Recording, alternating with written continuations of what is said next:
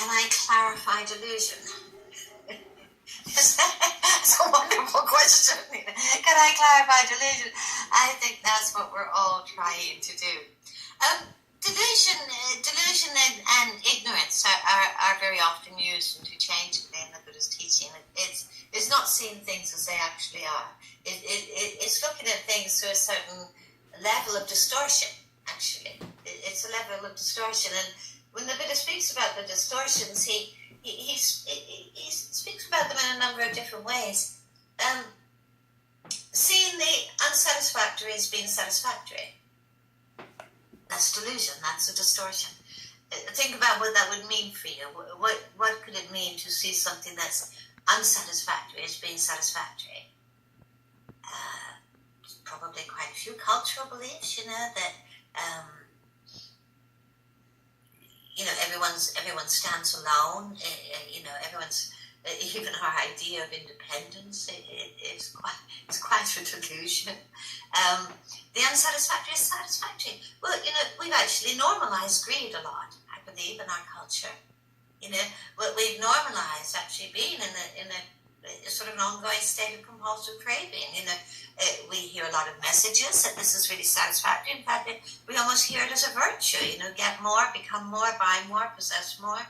All of that, we see that as satisfactory. That as a kind of normalization of craving and greed that certainly from the perspective of liberation would be seen as being really unsatisfactory. So that's one of the distortions that would fall under this umbrella word of delusion or of ignorance. To see the unbeautiful as beautiful is another one of the distortions. There's probably quite a lot of examples of that from, pornography to addiction to all kinds of things. To see permanence when the reality is of impermanence. This is a distortion, When I think, this is going to last forever, or this will never go away. This is static. Where I'm investing a certain solidity and stability in things where it is just not so. Another of the distortions is to see a reification of self where there is non-self. So delusion is a word that's worth unpacking. It has a lot of these kind of primary distortions underneath it. I think probably the way that it's more experienced on a sort of everyday level, it's just a sense of confusion, just kind of like, how did I end up here? And often followed by the word again. Or I don't really understand what's going on, or I'm somehow misaligned with the moment and the way things actually are. The sense of bewilderment, maybe bewilderment is also a good word, this sense of just being bemused by what's happening and by what's happening inwardly and outwardly and how we end up in the places that we end up. And, I think one of the great gifts of the Buddhist teaching is actually to take this sense of bewilderment and confusion out of life. This is not about taking the sense of mystery out of life. But we don't ask that question anymore of how did this happen or how did I end up here again. We actually, through our own explorations and our own investigations and insight, we actually know how we got here. I often think of the Buddha as being a kind of map maker. He made these wonderful models of cognitive process, the Buddha was fascinated with the understanding the architecture of suffering, of dukkha.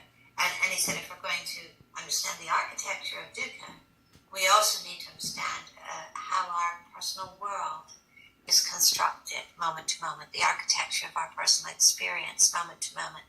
So he was a genius in actually making these maps where we could actually track how, from the point of our eyes meeting a sight or our bodies meeting a sensation, how we go through these processes of feeling and into a movement of craving or aversion, and how that can move into a place of clinging, and how that can move into a place of identification and becoming. And there we have our world of the moment. I'm an angry person, or I'm a sad person, or I'm a worthless person, or that world was built in a moment. And yet if we have the tools to be able to absorb it, somehow digest those maps and track how our world of experience is constructed, we have some very important keys for understanding how dukkha is constructed and how dukkha can actually come to an end.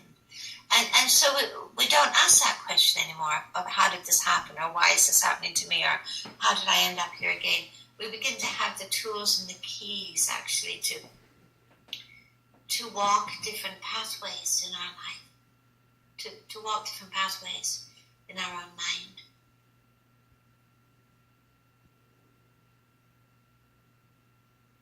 Okay. Thank you for joining in. I'm sorry I can't see you. I know some of you talk about your video breaking up, but I'm sorry I can't see you. But thank you for joining. Thank you for your questions, and be safe, be well.